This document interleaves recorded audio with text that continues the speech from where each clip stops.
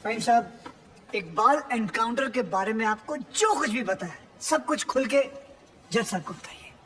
जनाब, मेरा नाम फहीम भट्ट है। मैं कश्मीर पुलिस में हेड कांस्टेबल था, क्राइम ब्रांच में। जनाब ये हाँ जी तो साहब, मैं हिदायत बेग थाना शालीमार श्रीनगर से आया। मेरे पास जगदीश्वर मिश्रा और जॉली और फहीम भट्ट के खिलाफ अरेस्ट वारंट है। वकील साहब का ये इल्जाम है कि उन्होंने फहीम भट्ट को हिरासत से भगाया। अरे वकील साहब, अब श्रीनगर में क्या करा है यार? यार मतलब हद ही है आजकल वकीलों की। है जी मातर साहब? जी श्रीमान, बहुत दुख की बात है कि कानून की रक्षा करने वाले ही कानून के साथ जब खिलवाड़ करेंगे तो समाज भ्रष्ट हो जाएगा श्रीमान, प्रजातंत्र नष्ट हो जाएगा। मेरे हिसाब से तुम्हें सरेंडर कर देना चाहिए। रही डेट की बात, केस की बात, तो हमें कोई भी डेट दीजिए, हमें कोई आपत्ति नहीं। जनाब, आप चाहेंगे तो कोर्ट खत्म होते ही हम दोनों कश्मीर पुलिस को सरेंडर कर देंगे, लेकिन उससे पहले आप फहीम भट्ट का बयान जरूर दर्ज कर लीजिए। ये मेरी हाथ जोड़ के विनती है आपसे। देखो वकील साहब, आप मुझसे तो कुछ उम्मीद रखो नहीं, समझ में आया नहीं आया? मैं बहुत झेल चुका हूँ आपको।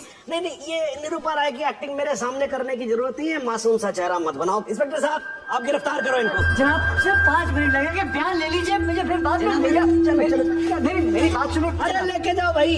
अरे भाई सुनो, वकील साहब को बोला ले जाने के लिए, इनको थोड़ी ना बोला इनको कटघरे में वापस लेके आओ। चलो साहब, वारंट तो दोनों के खिलाफ है। अरे मैं जानता हूँ, लेकिन ये फहीम भट्ट जो है ये तो लिस्टेड विटनेस भी है ना, तो इनकी स्टेटमेंट रिकॉर्ड कर लेते हैं। और आप एक काम करो, रिकॉर्ड होने के बाद ना आप दोनों को साथ ले जाना।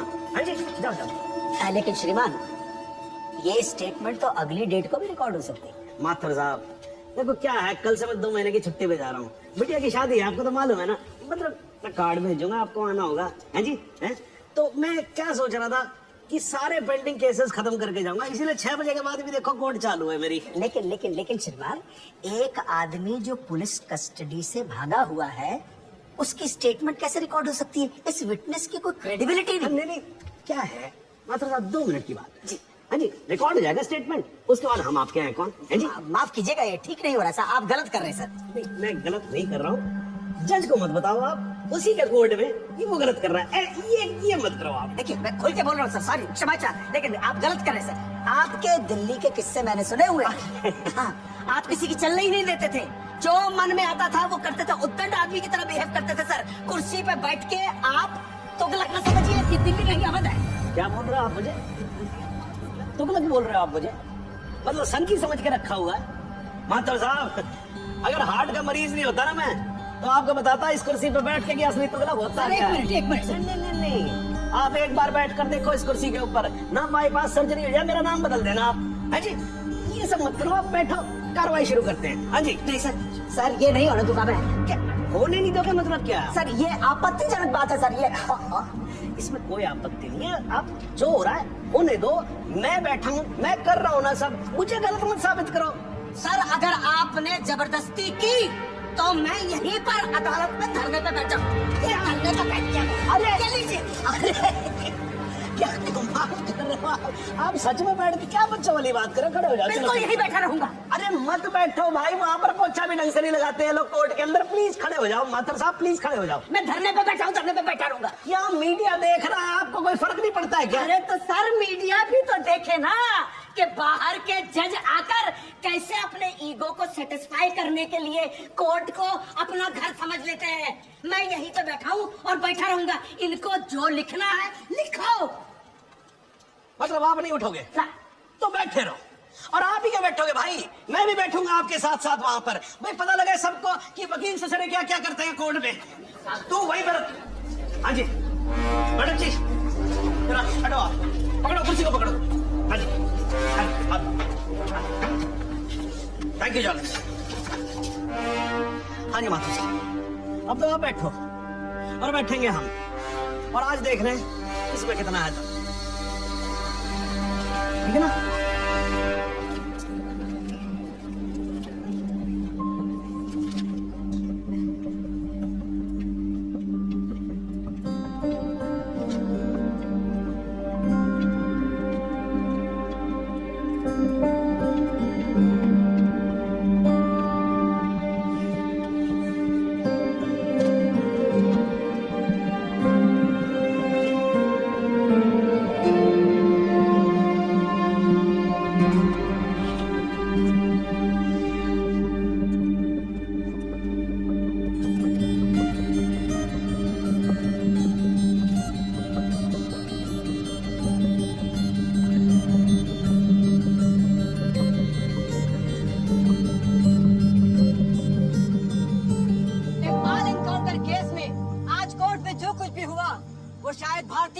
व्यवस्था के इतिहास में पहली बार हुआ होगा। एक विटनेस की हाजिरी कराए जाने को लेकर डिफेंस लॉयर प्रमोद माथुर और जज सुंदर लाल त्रिपाठी के बीच तीखी नोकझोंक हुई और वो दोनों एक दूसरे के खिलाफ कोर्ट रूम में ही धरने पर बैठ गए। और अब देखना ये है कि ये दोनों इस तरह कब तक धरने पर बैठे रहते हैं। सर, माथुर साहब का जवाब नहीं है सर। पिछले 5 घंटे से धरना देकर बैठे हुए हैं। कमाल की बात यह है सर, फहीम भट्ट का बयान तक रिकॉर्ड होने नहीं दिया। अब तो जज साहब को आगे की डेट देनी पड़ेगी, फिर तो जॉली वकील भी नहीं रहेगा।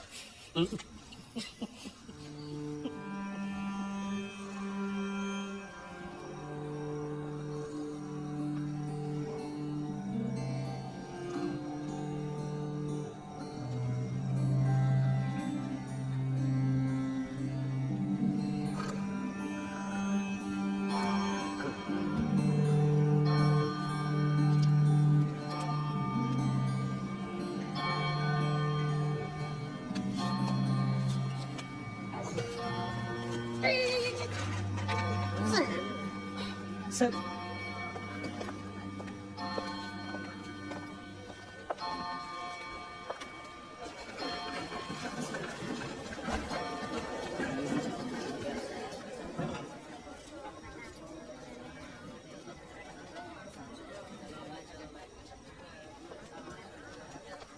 चलो वकील साहब, कश्मीर चलें।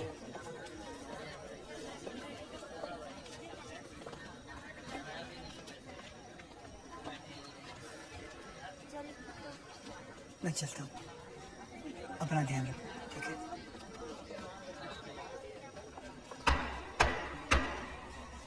The court resumes. आप सब लोग बैठ जाइए और भाई जरा कोर्ट में शांति बना के रखिएगा। श्रीमान, इट्स मिडनाइट 12। आप हमें अगली कोई भी डेट। तो माथुर साहब, आपकी पिछली डेट क्या थी? 13 अगस्त, है जी? अब हो गई 14 अगस्त। तो आपकी अगली डेट है 14 अगस्त 12:05 AM। श्रीमान, आधी रात बीत चुकी है, प्रोसीडिंग में तो सवेरा हो जाएगा। आजकल तो सुप्रीम कोर्ट भी भाई 3-3, 4-4 बजे तक काम करता है। थोड़ा हम भी सीख लेंगे तो क्या फर्क पड़ जाएगा, है जी? Please sir. नहीं, देखिए माथुर साहब, आपको धरना देना था, आपने धरना दिया, मैंने कुछ नहीं बोला, है जी? अब आपको वॉकआउट करना है तो आप वॉकआउट कर सकते हो, लेकिन आज ही की रात फहीम भट्ट की स्टेटमेंट यहाँ रिकॉर्ड होगी, है जी? डाली जी, स्टेटमेंट रिकॉर्ड करवाइए। जी, फाइन।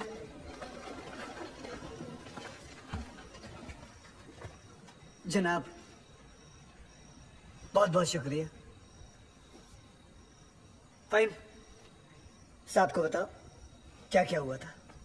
जनाब, इस इनकाउंटर से कुछ महीने पहले हमने एक इंटेलिजेंस रिपोर्ट भेजी थी सिंह साहब की टीम को, जिसमें एक कश्मीरी मिलिटेंट इकबाल कादरी के डिटेल्स थे जो यहाँ लखनऊ में छिपा था। जनाब, इस इनकाउंटर से एक दिन पहले मुझको फोन करके यहाँ बुलाया गया ताकि मैं इस बात की शिनाख्त कर सकूं कि जिस इकबाल को इन्होंने पकड़ा है वो इकबाल कादरी है या नहीं। जनाब, जब मैं यहाँ पहुंचा तो उस शख्स का निकाह हो रहा था। मैं देखते ही समझ गया कि इकबाल वो इकबाल नहीं है। मगर जनाब, सिंह साहब की टीम ने मुझ पर प्रेशर बनाया कि मैं अपनी रिपोर्ट में ये कहूँ कि इकबाल कासिम ही इकबाल कादरी है। मैंने ये करने से मना कर दिया, मैं श्रीनगर वापस चला गया। फिर जनाब, जब मैंने इनकाउंटर की न्यूज पढ़ी तो मेरे को जनाब बड़ा अफसोस हुआ। मैंने श्रीनगर में अपने अफसरों को बताया तो मैंने बात को रफा दफा कर। मैंने बहुत समझाया उनको, वो नहीं माने। जब वो नहीं माने तो मैंने दिल्ली में सेंट्रल एजेंसी को इस इनकाउंटर की कंप्लेन कर दी। मुझ पर कंप्लेंट वापस लेने के लिए बहुत प्रेशर डाला गया। फिर मैं नहीं माना तो इन्होंने क्या किया जनाब, एक दिन मुझको गिरफ्तार कर लिया, एक झूठा मुकदमा बनाकर मुझे जेल में डाल दिया जनाब, और मेरे को जनाब महकमे से भी बाहर कर दिया जनाब मेरे को। शुक्रिया जनाब। माथुर साहब, आप कुछ कहोगे या नाराज हो अभी तक? अरे नहीं श्रीमान, आपकी नाराजगी मोल लेकर अपनी दुकान थोड़े बंद करवानी। मगर मैं तो ये पूछना चाहता हूँ, आप तो गुस्सा नहीं है? नहीं, मैं नाराज कुछ नहीं, लेकिन यार अगली बार से तुगलक मत बोलना मेरे को, हाँ जी माथुर साहब? मतलब इस कोर्ट में बैठे बैठे मेरे बाल सफेद हो गए। I think I deserve some respect. क्षमा प्रार्थी हूँ श्रीमान। ठीक है, आप शुरू करें। फाइन बट आप माननीय न्यायाधीश महोदय को बताएंगे कि ये केस क्या है, इस अदालत में हम किस सच्चाई की खोज कर रहे हैं। ये कि कांस्टेबल भदौरिया और इकबाल की मौत कैसे हुई। तो आपने अभी जो राबी चिनाब झेलम जैसी लंबी कहानी सुनाई है, उससे कहीं ये साबित होता है कि इन दोनों की मौत कैसे हुई? क्योंकि मौका वारदात पे आप तो थे नहीं। जी नहीं, लेकिन ये तो पता चल। लेकिन कुछ नहीं। अगर कोई और फिल्मी कहानी सुनानी हो तो जज साहब को सुनाई। इनको फिल्मों में बहुत इंटरेस्ट है, मुझे बिल्कुल कोई दिलचस्पी नहीं है। मुझे तो मेरे प्रश्न का सीधा साधा जवाब दे दो यार, यस और नो। जी नहीं। Very good, well done.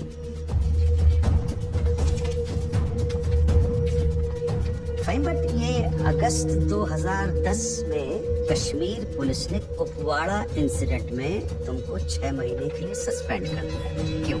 जनाब, इस सवाल का हमारे केस से क्या संबंध है? पंडित जी, अगर कोई संबंध नहीं हुआ ना तो काला कोट पहनना बंद कर दूंगा। मैंने आपसे कहा था ना, आपकी तरह कान घुमा कर नहीं पकड़ूंगा, सीधे पकड़ूंगा, कस कर पकड़ूंगा। जाऊं? जाइए सर, नहीं तो आप फिर धरने में बैठ जाऊंगा। तो क्यों सस्पेंड किया? मुझ पर एक आदमी की कस्टोडियल डेथ का इल्जाम था। तो तुमने किसी की जान ली थी? जी नहीं, मैंने उसे अरेस्ट किया था शक के बिना पर। उसे चौकी ले जा रहे थे हम पूछताछ के लिए। बहुत डरा हुआ था, उसने घबरा के पुलिस वैन से छलांग लगा दी। पीछे से ट्रक आ रहा था, वो मर गया। फाइन बट एक बात बताओ, चलती वैन में तुम्हारी पकड़ से एक आदमी डर के मारे कूद सकता है, तो क्या ये मुमकिन नहीं है कि उसी डर के मारे कोई अपराधी कूद जाए, कांस्टेबल की बंदूक छीन ले और भागने की कोशिश करे? जनाब, लीड किया जा रहा है विटनेस को। Objection over ruled, please sit down. जी ऐसा हो सकता है। तो खुल के कहो ना गुरु, हम सब अच्छी तरह से समझते हैं कि तुम्हारे साथ ऐसा हो चुका है। तो तुमसे बेहतर कौन बता सकता है कि ऐसा किसी के साथ भी हो सकता है, राइट? जी। Very good. बस अब एक आखिरी सवाल। तुमने अभी अपने स्टेटमेंट में कहा कि तुमको 6 महीने के लिए सस्पेंड कर दिया गया था। तुम्हारे खिलाफ केस क्या बनाया गया? मुझ पर इल्जाम था कि मैंने कॉन्फिडेंशियल इंफॉर्मेशन दुश्मन को सप्लाई की। मगर वो इल्जाम झूठा है जनाब। जनाब, मुझे जेल में इसलिए डाल दिया गया क्योंकि मैंने इस मामले की कंप्लेंट सीबीआई को कर दी थी। ये तो तुम कह रहे हो ना, तुम्हारे कहने से मुकदमा झूठा नहीं हो जाएगा और तुम निर्दोष साबित नहीं हो एक मिनट जाएगा। जनाब, साहब भूल रहे हैं कि जब तक आरोप सिद्ध ना हो जाए तब तक आरोपी निर्दोष होता है। That is the point, वकील साहब। That's the bloody point। और श्रीमान, इस तर्क के आधार पर तो इंस्पेक्टर सूर्यवीर सिंह और उनके साथी निर्दोष होंगे सर। लेकिन 2 मिनट के लिए श्रीमान, ये अखबार पढ़िए, टीवी खोल के देखिए। सारा मीडिया, सारा समाज, सारा देश इंस्पेक्टर सूर्यवीर सिंह और उनके साथियों को दोषी डिक्लेयर कर चुका है। His reputation, his career, his future is finished। अजब जलवा है हुजूर आपकी अदालत का, जहां एक आदमी जिस पे देशद्रोह का इल्जाम है, वो उस आदमी पर इल्जाम लगा रहा है जिसने मातृभूमि की सुरक्षा की शपथ उठाई।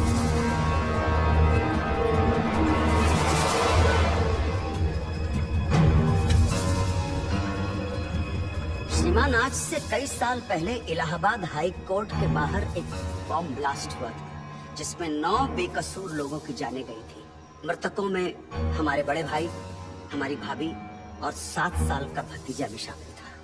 इसी आतंकी हमले में हमारे बाबूजी पूजनीय श्री जुगल किशोर माथुर भी घायल हो गए, मगर फिर भी वो आज यहाँ आए।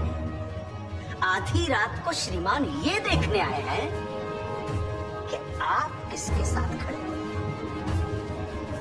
और श्रीमान, मैं ये पूछना चाहता हूँ कि क्या ये न्यायालय इतना कमजोर है कि फैसला भी नहीं कर पा रहा है कि देश को सूर्यवीर जैसे अफसरों की जरूरत है या इकबाल कादरी जैसे हत्यारों की? और श्रीमान, अंत में सिर्फ इतना निवेदन करना चाहता हूँ कि हम कितना ही अनजान बने रहें, कबूतर की तरह आंखें बंद करके बैठे रहे, लेकिन हकीकत यह है श्रीमान that we are in a state of war. और किसी विद्वान ने बड़ा सही कहा है, everything is fair in love war. और श्रीमान, न्याय आपके हाथ में। प्रमोद माथुर का बड़ा स्वीकार करें।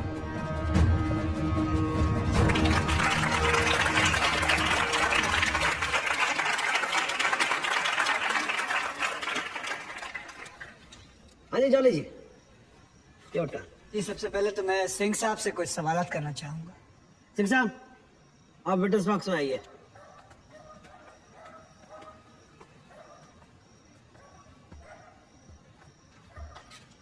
सिंह साहब, आप जरा कोर्ट को बताएंगे कि अगला क्रिकेट वर्ल्ड कप कौन जीतेगा? भाई ये किस तरह का सवाल हुआ भाई वकील साहब? हैं? ठीक है, जैसा आप कुछ और पूछ ले। अच्छा सिंह साहब, क्या आप कोर्ट को बता सकते हैं कि अगले इलेक्शन में आम आदमी पार्टी को कितनी सीट्स मिलेंगी?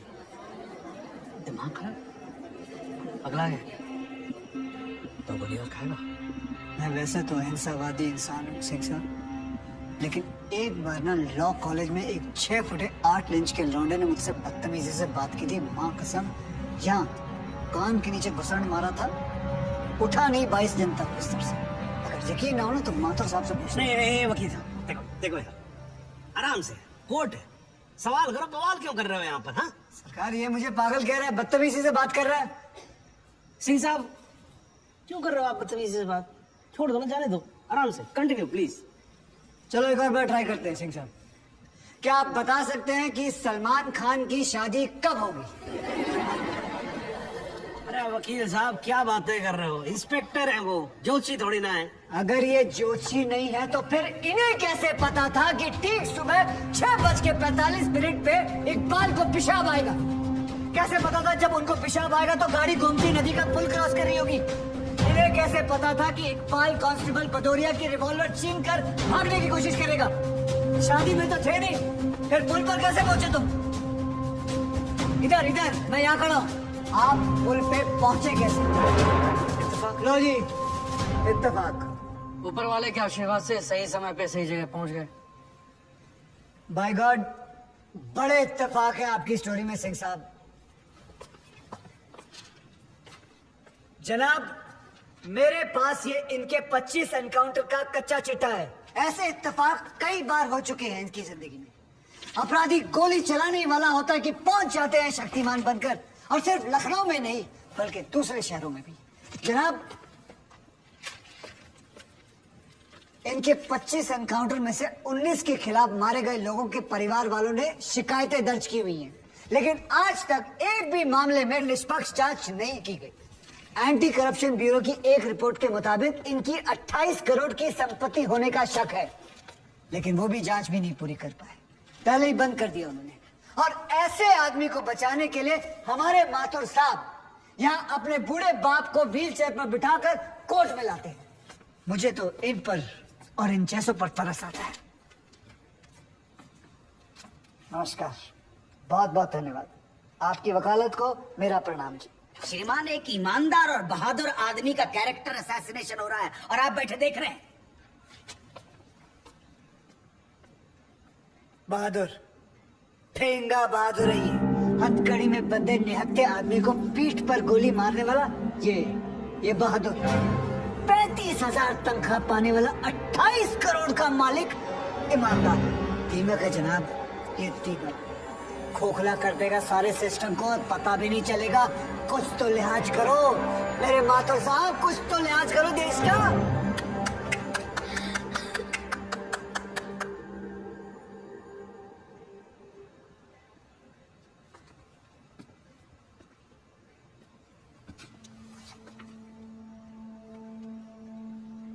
मैं जुगल किशोर माथुर साहब का दर्द समझ सकता हूँ। मेरी वजह से तो एक औरत ने अपनी जान ली थी और मैं महीनों चैन से नहीं सो पाया था, लेकिन माथुर साहब ने तो अपनी बेटी, बहू और पोते को खोया। उनका दर्द उनके अलावा इस कोर्ट में सिर्फ एक ही आदमी समझ सकता है, सहूर सिद्दीकी साहब। इन्होंने भी अपनी बेटी, दामाद और होने वाले नाती को खोया है। दर्द में ये दोनों एक जैसे हैं जनाब। अब इन्हें जुगल किशोर सिद्दीकी कहूँ या फिर इन्हें सहूर किशोर माथुर, कोई फर्क नहीं पड़ता। जनाब, गोमती नदी के पुल पर उस दिन 2 जाने गई थी। एक 12 घंटे पहले दूल्हा बने हाथों में मेहंदी लगाए इकबाल कासिम की थी और दूसरी 20 दिन में रिटायर होने वाले कांस्टेबल बलदेव सिंह भदौरिया की। और जनाब ये है कांस्टेबल भदौरिया की पत्नी, जो अपने पति को खो चुकी है और जेल में बंद अपने बेटे की बेल करवाने के लिए कोर्ट के चक्कर काट रही है। अब इन्हें क्या कहेंगे माथुर साहब? मुस्कुराइए, आप लखनऊ में। सच सुना तो नजरें फेर ली माथुर साहब। ओ माथुर साहब, इत्तेफाक सिर्फ तुम्हारे साथ नहीं होते सिंह, ऊपर वाले की बड़ी कृपा है मुझ पर। इस दफा एक इत्तेफाक मेरे साथ भी हुआ है। बाय गॉड, मजा आएगा। पंडित जी को लाइए, आइए जल्दी।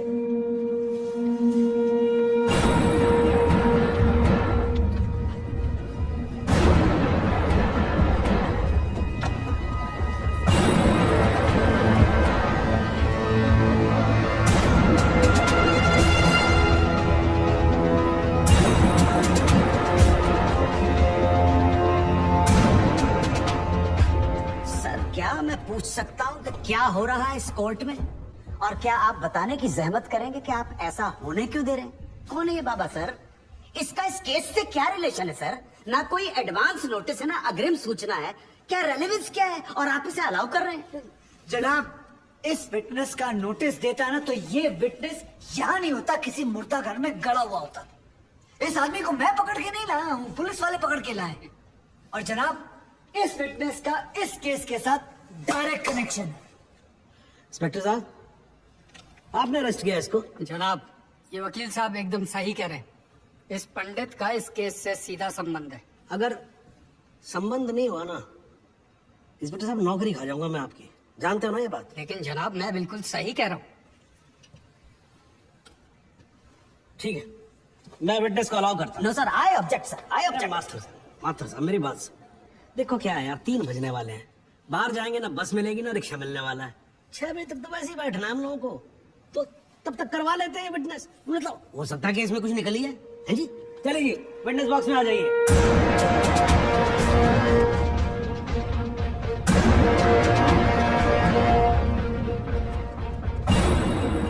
नमस्कार पंडित जी, क्या हाल है आपका? घर में कपड़े वपड़े टीका शीका लगा के पूरी तैयारी में आए हैं? भाई भट्ट साहब खड़े होइए। कोर्ट को बताइए कि इन पंडित जी का नाम क्या है? मोहम्मद इकबाल कादरी।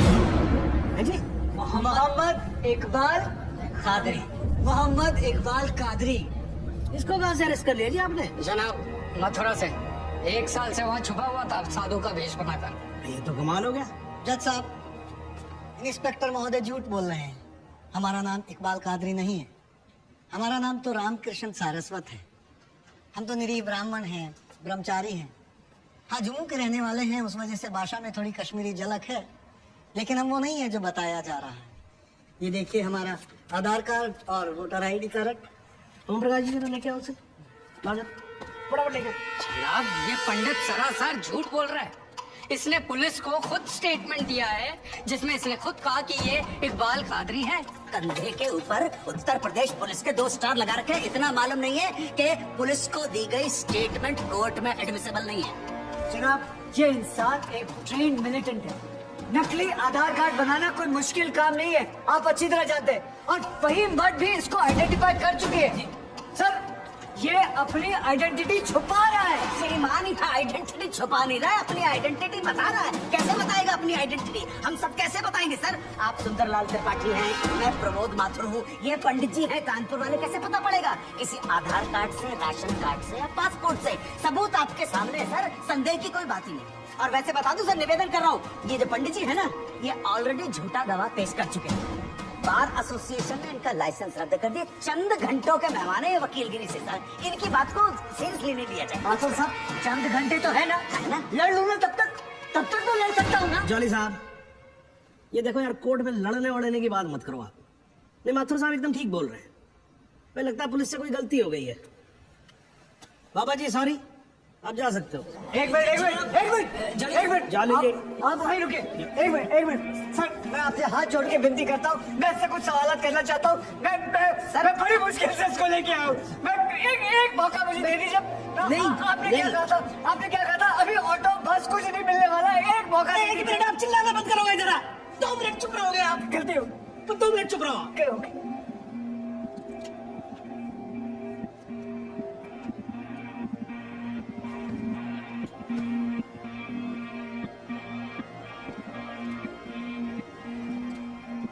ठीक है, मैं विटनेस को अलाउ करता हूँ। अरे सर अब क्या सर? माथुर साहब, I think court has the right to decide. Okay जी, and court has decided. Please. Thank you.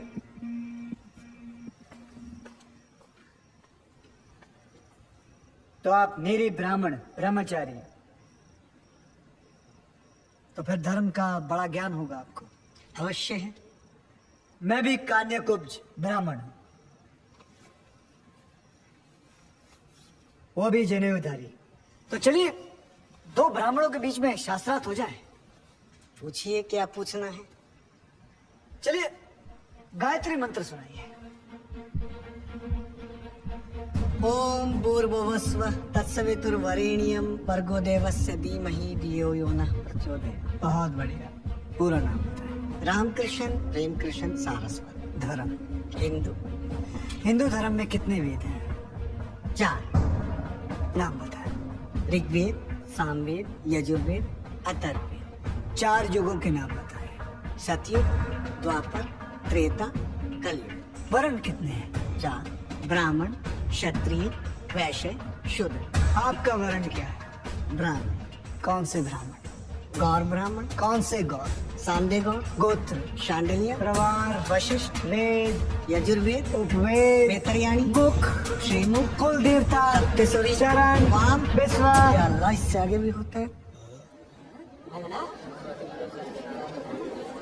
क्या कहा आपने? विश्वा नहीं पता, नहीं पता, विश्वा नहीं पता। विश्वा से पहले क्या कहा?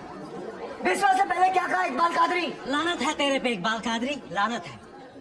अब तो अल्लाह का नाम भी आ गया जुबान पे। अब तो सच बोल। देख तू कुछ भी कर ले, तू बचेगा नहीं। कब तक जिएगा झूठ की जिंदगी? अस्तगफिरुल्लाह।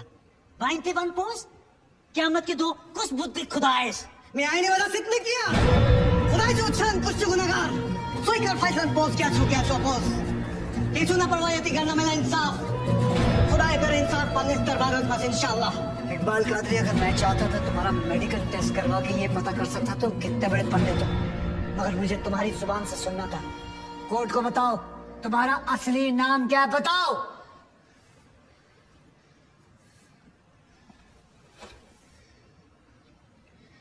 जज साहब, मेरा नाम मोहम्मद इकबाल कादरी है। मुझे सिंह साहब ने अरेस्ट किया था। मैं उनकी कस्टडी में था, लेकिन उन्होंने मुझे कोर्ट में पेश नहीं किया। मैं जानता था कि वो मेरा एनकाउंटर करने वाले हैं।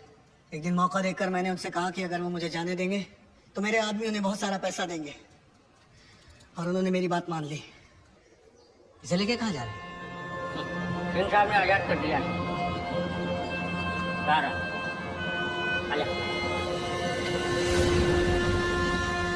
सिंह साहब को कितने पैसे दिए? 50 लाख, 25 लाख एडवांस और 25 एनकाउंटर के बाद। आई ऑब्जेक्ट श्रीमान।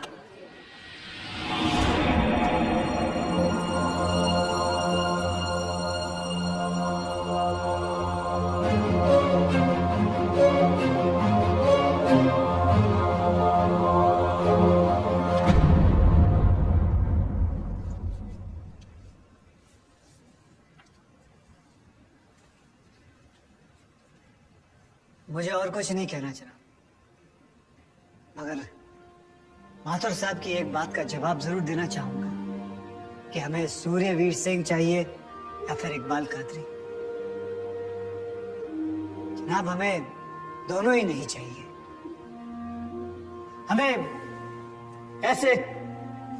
ऐसे कादरी नहीं चाहिए जो बेगुनाह लोगों को मारना जिहाद समझते हैं, लेकिन हमें ऐसे सूर्यवीर सिंह भी नहीं चाहिए जो पैसों के लिए एक मिलिटेंट को छोड़ देते हैं और किसी बेकसूर की जान ले लेते हैं। मैं हिम्मती बहादुर पुलिस वालों को सलाम ठोकता हूँ, झुककर सजदा करता हूँ, लेकिन जिसके हाथ किसी बेकसूर के खून से रंगे हों उसे मैं वही कहूंगा जो वो है, कातिल। और ऐसे राक्षसों से बच के रहिएगा माथुर साहब। किसी ने 25-30 लाख ज्यादा दे दिए तो क्या पता अगला इत्तेफाक आपके साथ हो जाए।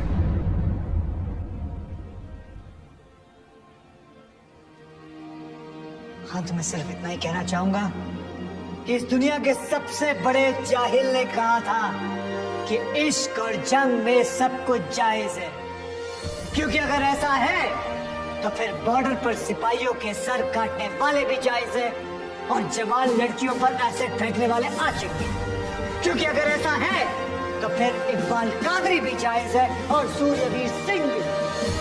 अब आप ही तय करें जनाब कि ये दोनों जायज है या फिर दोनों नाजायज।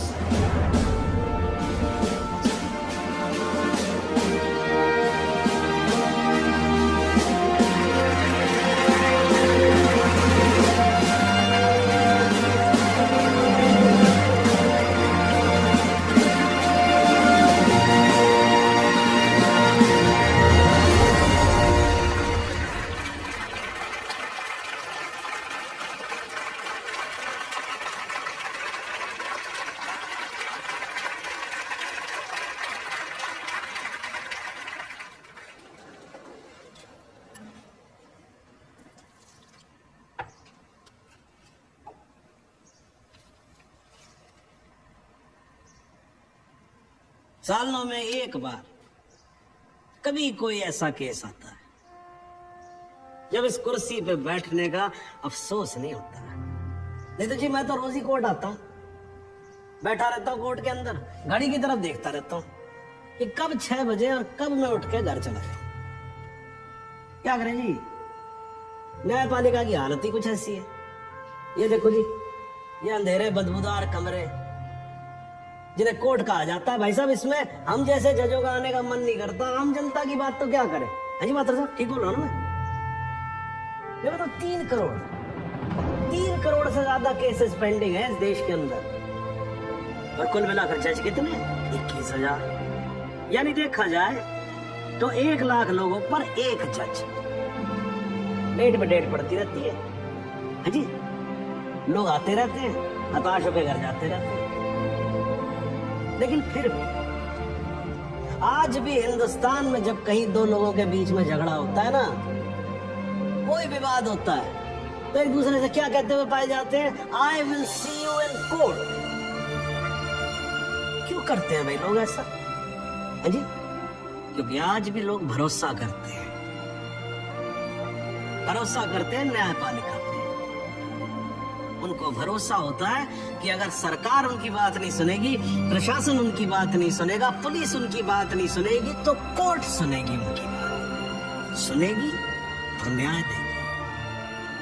भाई साहब, इस कुर्सी पे बैठा मेरे जैसा हर आदमी, उसका ये कर्तव्य बनता है कि वो इस भरोसे को ना टूटने दे।